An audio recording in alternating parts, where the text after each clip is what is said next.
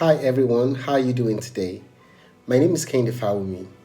I get this question quite a lot. People asking me, should I set goals?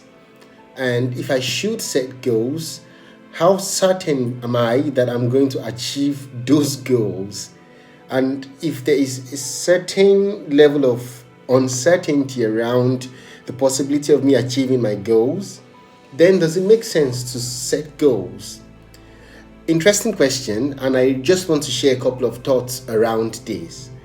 Answering to the question, should I set goals? And if I should set goals, how should I set goals? What should I do to set my goal and to make sure that I can achieve my goals?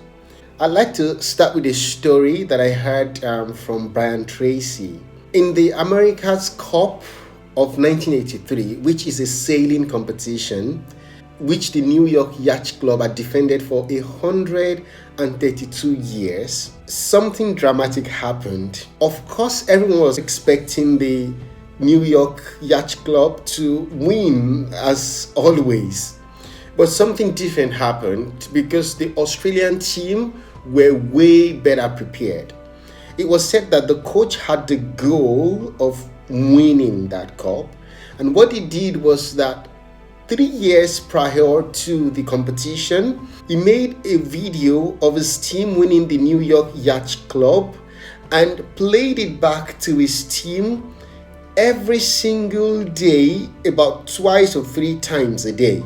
So what he did was that he conditioned the mind of his team to understand that they can win and they will win. Needless to say, in the video, the Australian team won the game. So when the time finally came for the competition and the Australian team raced the New York Yacht Club in the final, they just thought to themselves, we've won this before. So it felt like something that already happened in their minds. And of course, they went ahead to win that cup. And the question that raises to me is that, really, how can you hit a target you do not have? You need to plan to win. Of course, everyone says you're born to win, but there's a need to plan to win. And that ties back to the point of setting goals. It's important to have a definite chief aim, a major vision, something that you aim for in life, and that controls the way you think. It helps you condition your mind and helps you stick to discipline in achieving what you set out to do. And so it's very, very much important that we understand that the problem with setting goals for many people is not that they do not want to set the goals, but they're discouraged because they feel that they may not achieve that goal. But the problem is not about how difficult your goal may be. The problem is your capacity to be able to achieve that goal. Or in other words, are you the kind of person that would achieve the kind of goal that you've set for yourself? It's important we understand that you need to become bigger. You need to become better. Now, like this quote that says, don't wish it were easier, wish you were better. Don't look for smaller problems to solve. You grow yourself to be big enough to tackle big challenges. And that's very important. One thing that's also crucial here is you need to understand that there is a principle of power inside of you, and you need to activate that. Every person is a creation of himself, the image of his own thinking and beliefs.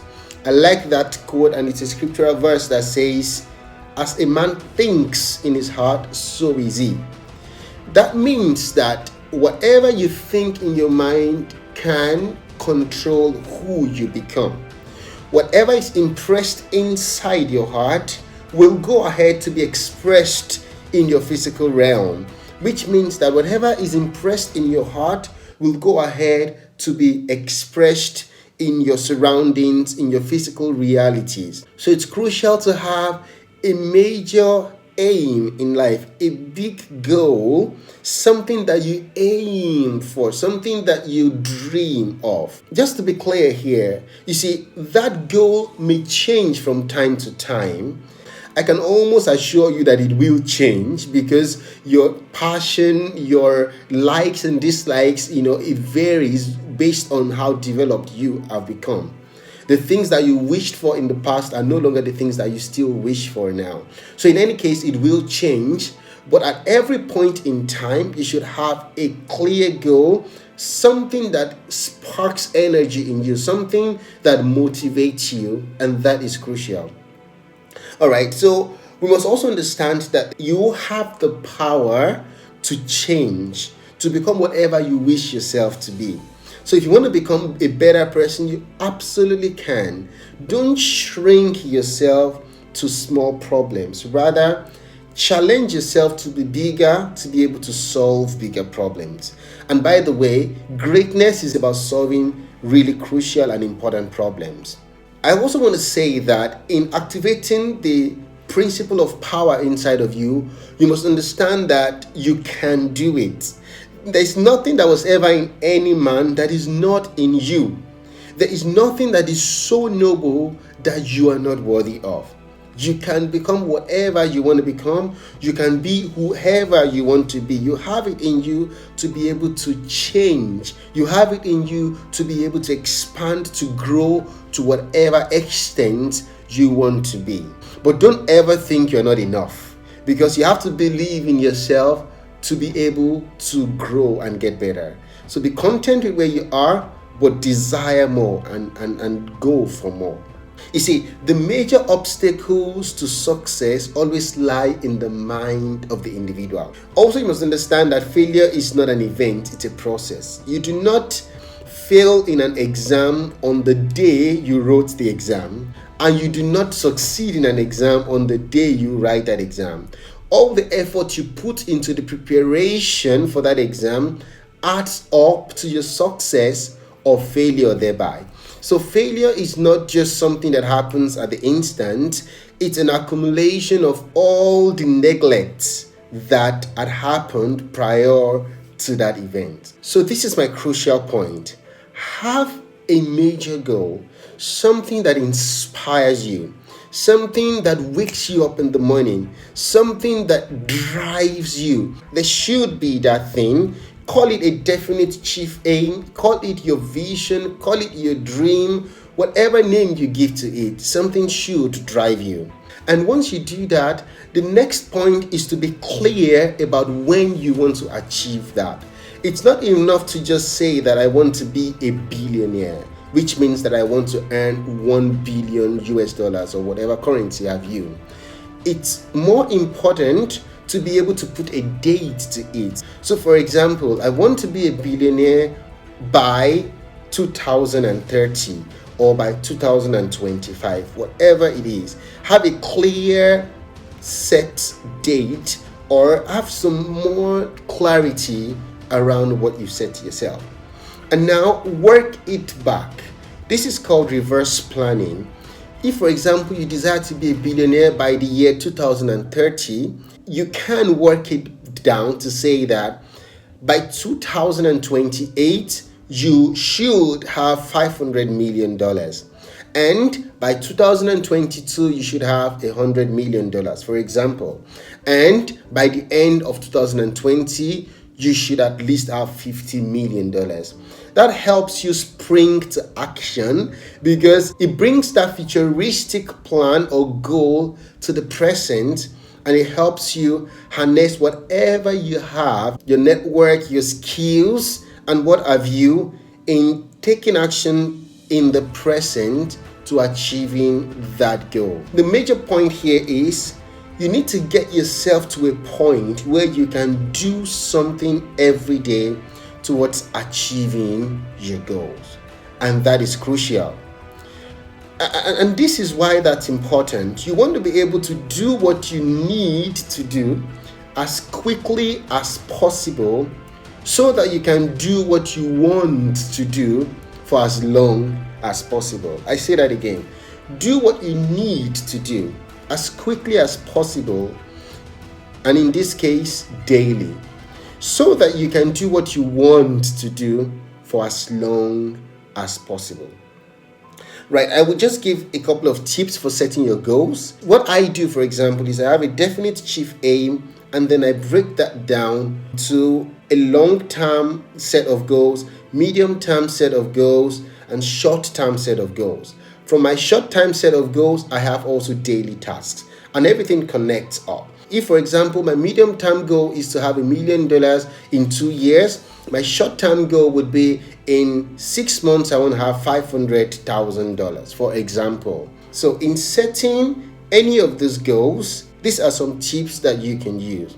The first one, focus on major goals. And this is crucial because many people have a lot of things that they want to become. So if I ask you to list 50 things that you would like to have in the next 50 years, I'm sure you can come up with lots of ideas. But the point here is focus on the most valuable ones. The question you need to ask yourself is that which goal will, when I achieve it, give me the biggest sense of fulfillment? Once you know that, then prioritize those ones and begin to work on them. The truth of the matter is that only 20% of your set of goals provides you with 80% of the satisfaction that you desire.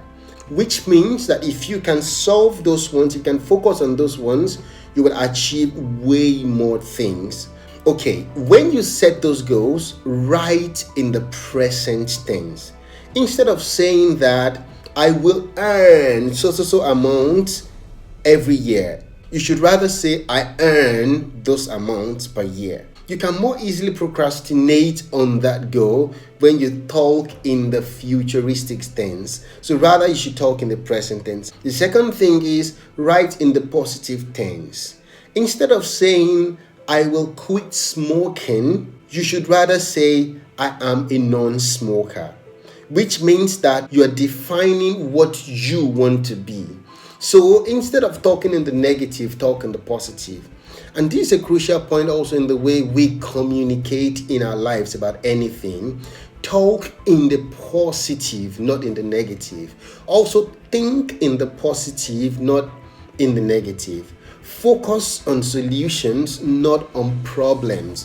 Think from the solution, not from the problem. The crucial part here is that you want to be able to impress positivity in your heart. As you think, so are you. Third thing is that write in the personal tense. When you say I am something, that defines you. It's like speaking to your being, and that's a very powerful thing. Your goals should be defined and set in the personal tense. That has so much power in helping you spring to action in achieving your goal. Have an effective action plan. I cannot stress this enough. In order to be able to achieve your goal, there has to be a plan of action. The bigger problem many people have is that when they set their goals, they go cross their hands and do nothing. It's important to have a plan of action and to take those actions. For you to be able to achieve your goals, ask yourself, what can I do to achieve those goals? And also, who do I need to become to be able to achieve my goals? These two things are important. The first one talks about the action plan. The second thing talks about your own personal growth. In setting your goals, set goals for personal development, for professional development, for financial growth, for your health and wellness, mental, spiritual growth. You can set goals for anything basically. But the core aim here is that your goals should inspire you and help you spring into action. I'd like to share a tool with you that helps you with setting goals. I've been using this for about 3 years now, and I absolutely appreciate it. It's called OKRs, Objectives and Key Results. Objectives and Key Results. Now, I'll start with a quote from Christina Woodkay, who is the author of Radical Focus, which is a very great book, also talking about OKRs, especially how to practically implement these in organizations. She said, to say OKRs have changed my life would be an understatement. They have made my life possible. They are the backbone that holds my life together. How powerful is that? OKR stands for Objectives and Key Results, and it's a goal-setting framework. One thing that's important to note here is that it's being used by a lot of big organizations, Google, Netflix, Amazon, name them. A lot of big organizations have used OKRs and benefited a lot from it. I'll just give a couple of examples. Let's say you want to set a goal for your diet. The first question you want to ask is, why do you need that goal? What value are you going to get? And think or set your objective from that perspective. So, for example, improve my quality of life and life expectancy by upgrading my diet substantially. At the mention of the words quality of life improvement, life expectancy, that makes that objective very important to you. Now, when you set your key result, you get way more specific here. The question here is, how will you know that you've achieved your objectives? What will change when you achieve that objective? And that's what you define as your key result. Don't have too many objectives. At the most, have one for each area of your life, and then about 2 or 3 key results for each objective. The first key result, eat at restaurants fewer than 2 times per week. Second one, pack lunch for work 4 out of 5 days per week. The third one, weigh myself every day and put results in a Google spreadsheet. See how specific these are. And another one, lower blood pressure to normal range by the 12th of January 2019, for example. One thing you would notice here is that these key results are clear and they have a measurable metric, something that you can measure, some number, some date, something that will change. It makes it much easier to measure them. So while objectives are a bit ambiguous, key results are specific, and that's important. Right, so this is how you would use this then. Decide on your mission, break your mission down into objectives, write down your key results, then publish your key results, which means that you want to make it visible and accessible at all times. Now, leave your key results. That's about taking actions to actually achieve those key results. Another thing is that you can find an accountability partner, someone that you can have a discussion with, someone that can help you, someone that can hold you responsible for your objectives and your key results. Now, the last part is very important. Track your key results. You need to be able to check in every 2 weeks or 3 weeks, with your accountability partner or yourself if you do not have an accountability partner. Tracking helps you measure how you're progressing towards your key results and ultimately towards your objectives. Usually, your objectives are set for a space of 3 to 6 months when you set them personally. In organizations, it's very common to have them, time bound to a quarter, which is 3 months. I set my key results for a time span of 3 months, but my objectives are a bit longer than that, sometimes 6 months and sometimes 1 year. I'd like to recommend a couple of tools and book ideas for you to read, and you can have them right there. There are lots of tools. All of these tools are the ones that I use personally. I hope to do another video where I take you through specifically how I structure my goals, how I structure my objectives and key results, and how those links to my task and what tool makes that possible for me. But for now, thank you very much. I really appreciate your time. Thanks for joining me, and I hope this has been valuable information for you.